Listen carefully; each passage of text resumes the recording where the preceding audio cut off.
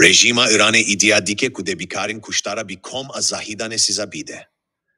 Pişti derbasbuna se salan biser ina bi huina bajare zahidane, eli muvehidira tseroke giştiye dadgehen rejime li parezgeha Sistanu Beluchistane, iddia dike ku de tavankaren tege kirina bi xel bi dehsal girtigehe sizabide. Li halekede kuştina herkesekli İran'e.